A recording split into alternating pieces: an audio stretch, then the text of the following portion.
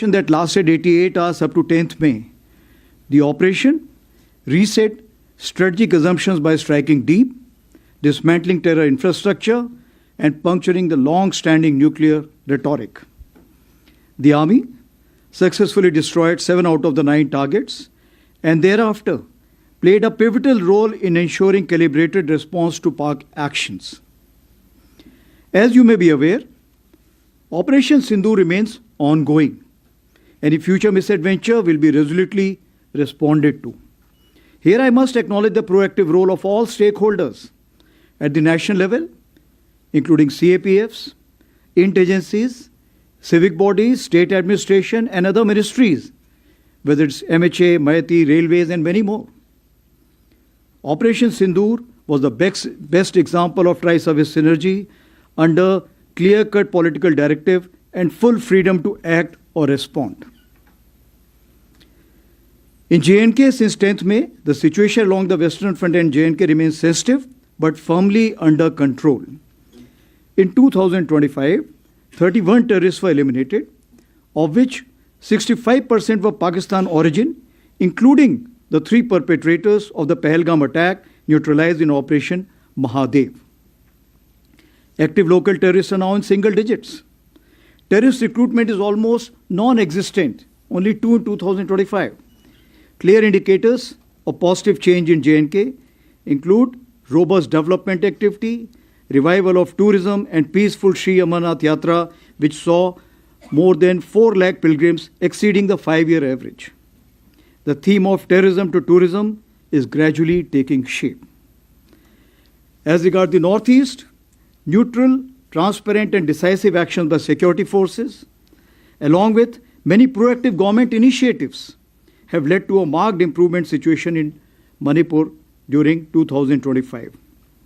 Peaceful conduct of Durand Cup, resumption of cultural festivals like Shiroi Lili, Sangai, and renewal of suspension of operations, that is SU, with Kuki insurgent groups in September 25, have been key markers of stability.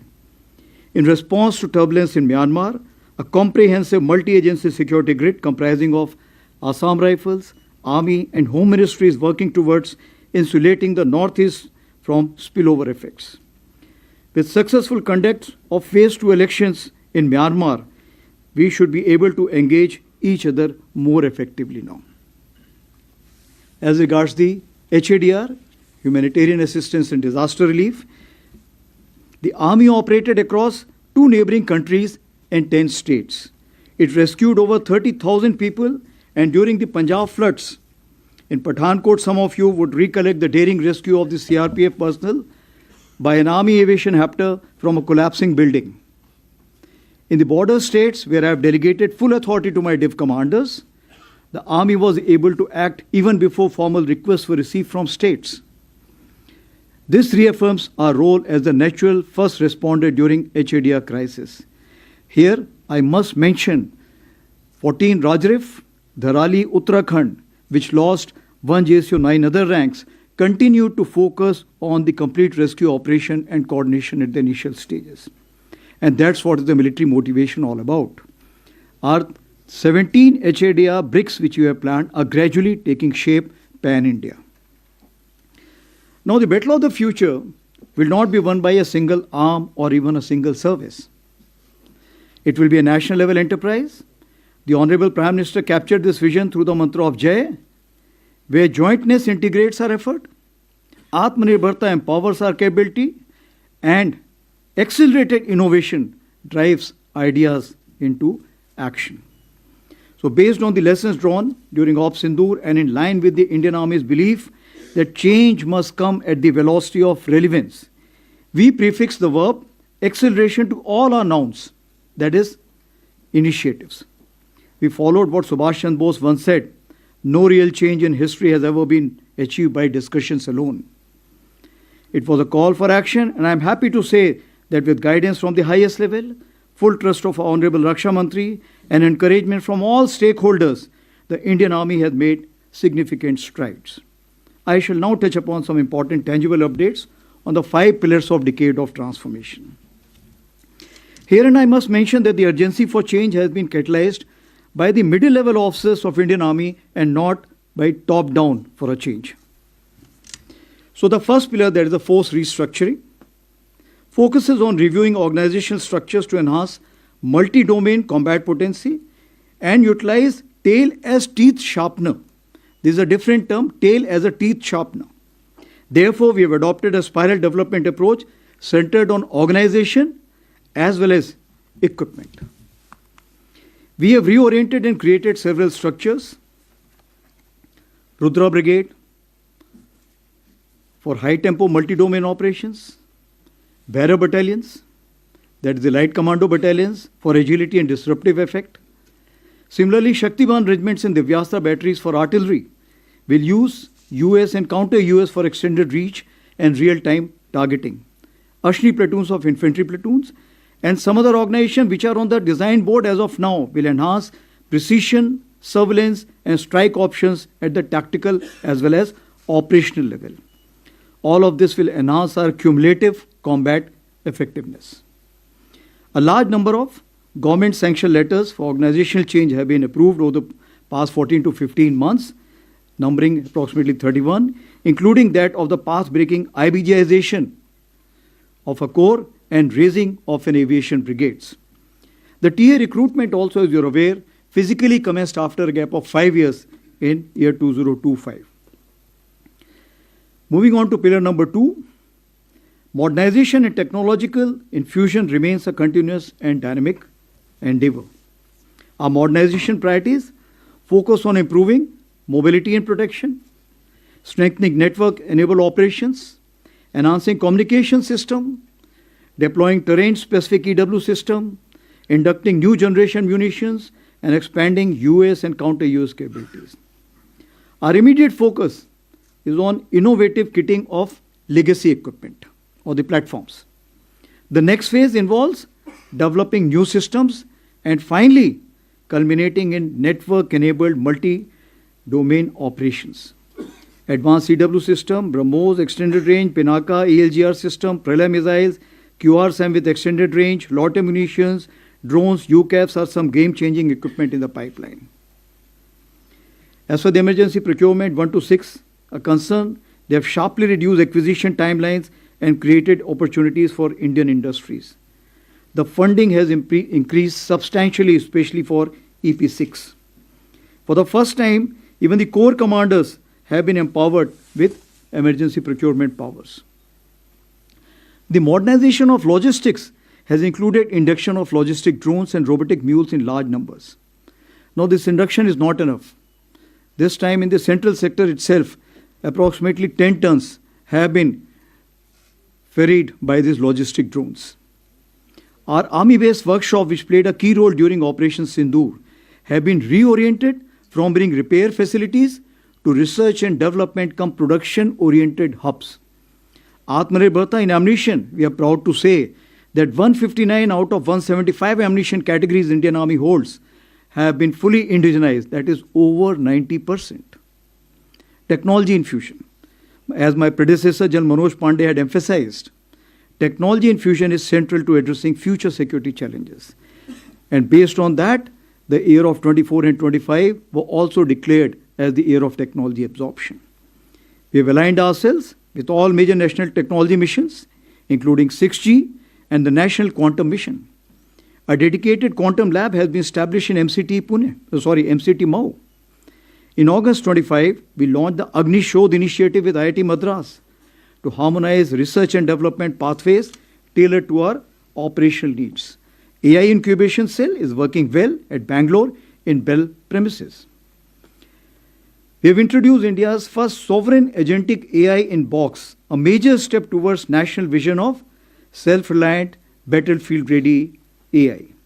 In November 25, under the MOD initiative of Aditi, Raksha Mantri ji launched Indian Army's next generation unified AI platform, Ekam AI, as a secure mission-grade AI as a service ecosystem. We will now upgrade fine-tuned LLM to sovereign LLM for the same. That will remove all the biases which generally creep into the system. It will help us in effective integration of the battlefield surveillance system, ACCC Shakti as well as CIDSS. The secure Sambhav mobile phone has proven highly effective, including during Op Sindoor, and Phase 2 will enhance features is already underway.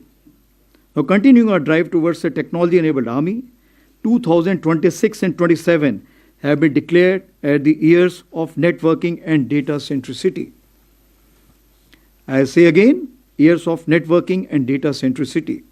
We understand that is in this age of acceleration, only one focus may not be adequate for the year. So all my PSOs will concurrently focus on one activity related to their domain of expertise. For example, year of habitat and military nutrition, year of innovation, touching lives, and of course, modern infra introduction. Moving ahead to the third pillar, that is system, process, and functions. We continue to refine organizational mechanisms to adopt best practices, improve efficiency, enhance outcomes, and gradually reorient manpower. Our warfighting doctrines are being updated to fine-tune multi-domain operations. Basically, the ability to fully succeed in all four quadrants. As you understand, all four quadrants of warfare include from non-contact, non-kinetic to contact kinetic. We have refined our tactics, techniques, and procedures across all domains to operate effectively in the broadened battle space, which includes air littorals, cyber, cognitive, EM spectrum, and space. As highlighted last year, we initiated the study on delayering of headquarters to achieve faster decision making. This study is nearly finalized, and near simultaneously, its implementation is also commenced. Last 2 year efforts on technology absorption has proved way for accelerated automation, thus introducing automated delegated decision making and facilitate the skip echelon mechanism. Under the Honorable Raksha Mantri's year of reforms, the DPM has already been revised and the DAP and PDS are advanced stage of revision. As for the fourth pillar is concerned, that is human resource, it remains the Indian Army's greatest strength, and our vision is of human amplification where technology enhances the soldier. Mind you, I keep saying that we must ride on the technology and not allow the otherwise. The welfare and empowerment of our personnel, veterans, Veer Naris and their families remain central to our ethos. Regarding women officers and women soldiers, feedback on performance has been quite encouraging. We are expanding progressively, and as I had mentioned last year, we are now test bedding limited entries into the Territorial Army Home and Hearth with 36 vacancies. We have also opened up medical non-tech as well as Army Education Corps for the same. As announced last year, all women skydiving display team at Bhatinda was created, and now it has 12 members and they have completed approximately 520 jumps. To strengthen fiscal standards as a team all across the ranks and ensure fit mission-ready units, CPT 26 has been promulgated as a common physical proficiency benchmark from soldier up to the Chief of Army Staff. For the welfare of our veterans, Project Naman was launched in August 2024 with 14 centers. It's a single window for all requirements which a veteran may have. It has from 50 it has expanded to 100, and the 100th one will be inaugurated while at Jaipur by the Raksha Mantri ji during the occasion of the Army Day Parade. It's a great example of whole of nation approach, partnership with Sparsh, Maiti and private banks, HDFC Bank, Axis Bank.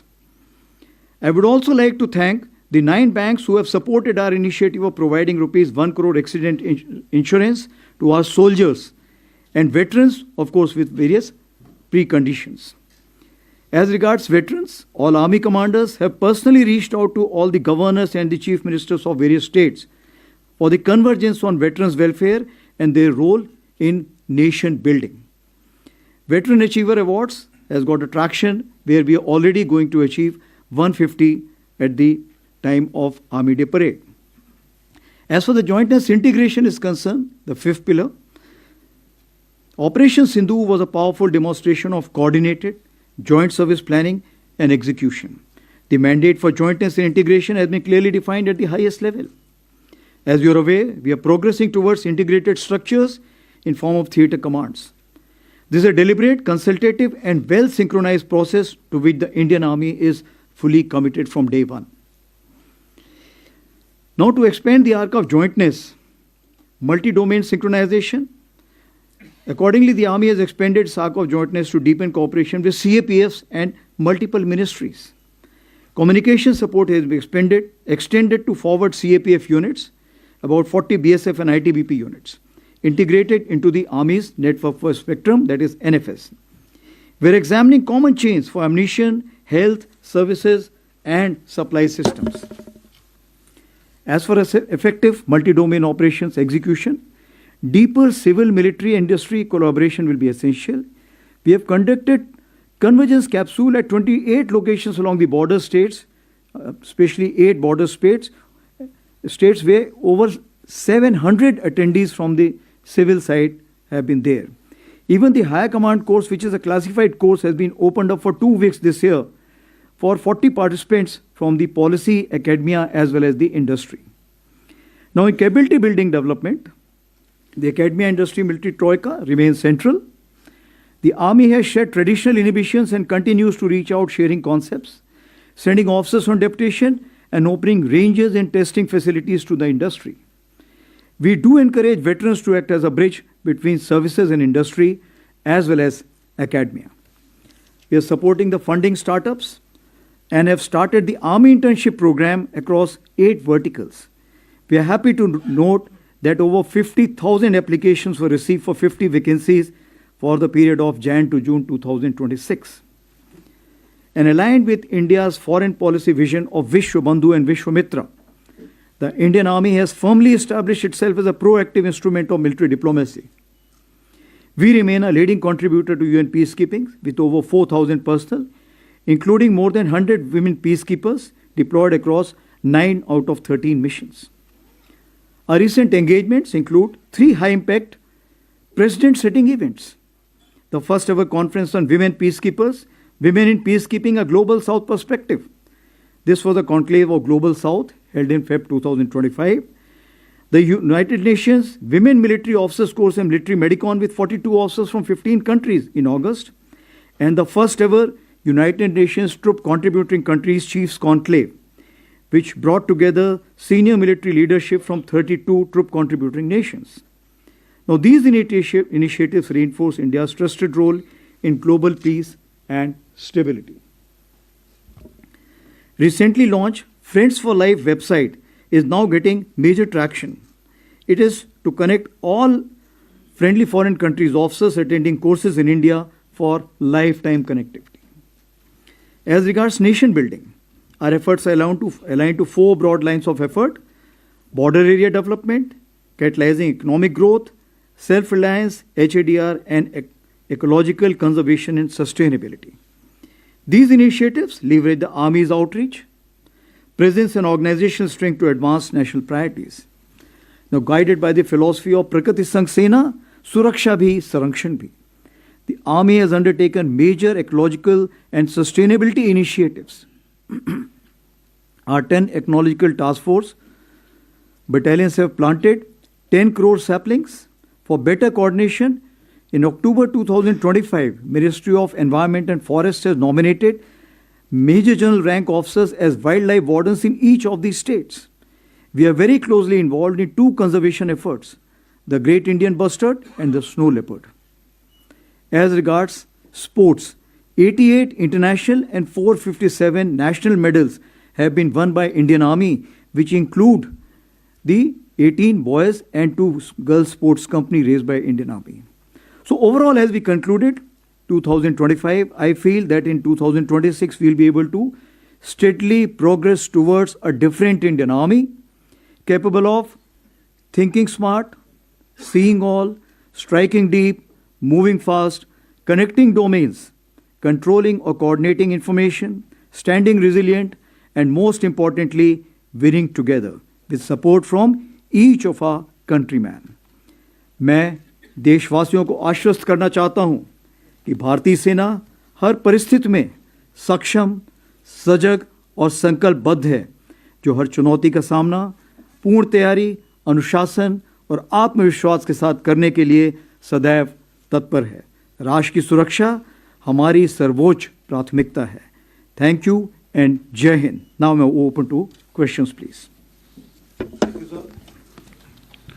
We will now commence the question and answer session. In order to give the maximum opportunities, as I explained earlier, we will be taking on 3 questions at one time. And I request whomsoever I nominate to please give out their name and the organization that they belong to, and then ask a brief and topical question. All right. As we have always been doing, we will start with the agencies. Okay. We have 3.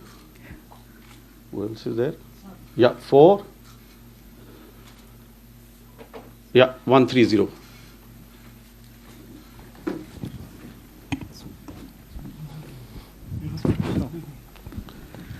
Sir, Namaste. I am Ajit Dubey from ANI, sir. Sir, you talked about, in your opening remarks, you talked about busting Pakistan's nuclear rhetoric, sir, during Operation Sindoor.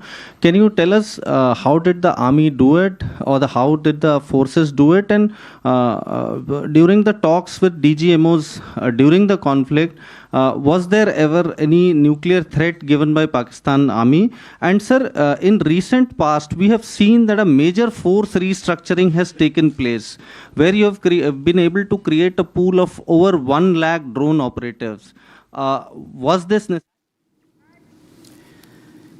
Okay, there's the annual news conference being held by the Indian Army, mostly focusing on Operation Sindoor and India's state of preparedness. Operation Sindoor is on. Ladies and gentlemen, while we get to this picture of a key meeting that took place between a Chinese Communist Party delegation and the Chinese ambassador to India and a BJP delegation. The Chinese delegation also, by the way, met a Congress leader, we are told, Salman Khurshid. But this meeting between the BJP and the Chinese Communist Party is becoming a matter of debate. Opposition parties are raising questions. Why? Because, on the other hand, China has rejected India's objections and reaffirmed its territorial claim over the Shaksgam Valley in Jammu and Kashmir, insisting that its ongoing infrastructure construction there is fully justified. Now, Beijing has said that the region belongs to China under a boundary agreement it signed with Pakistan in the 1960s, a pact that New Delhi has never recognized. It's problematic, and this is not the first time. They continue to claim that Arunachal belongs to China. Major Samar Paltur joining us on the broadcast. Major Tur, the messaging, on one hand you have our armed forces on a state of high alert with China across the line of actual control.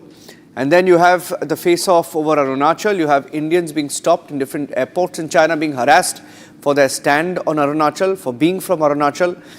And at the same time, we are trying to re-engage with China as a country. And I just showed you that picture right behind me. It's kind of problematic. What's your take on it? You see, in 1953, they had agreed with the Panchsheel Accords. And the Panchsheel Accords very outrightly and clearly said that, there has to be mutual respect for territorial integrity and sovereignty. So what is being violated? The first point of Panchsheel Accord by the Chinese itself. Then the second one was mutual non-aggression. So what we saw in Galwan, what we saw in Demchok, it is done by the Chinese itself. They initiated it.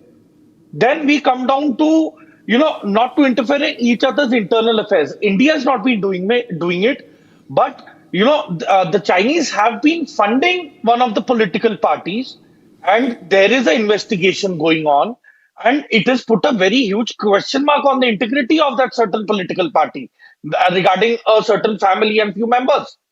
Then, equality and mutual benefit. I don't see it anywhere.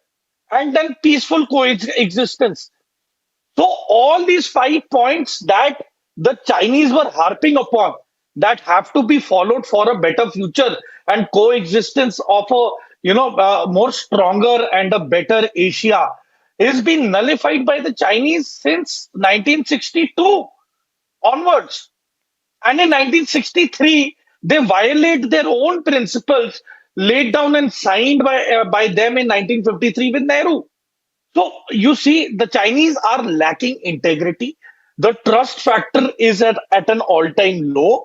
And more than that, you see, I really fail to understand how can they, project themselves as a dragon. It is rather that they should project themselves as a fox. That would be more appropriate. Yeah. Because they have backtracked on whatever they've said and done. And then oxygen they took from Pakistan itself.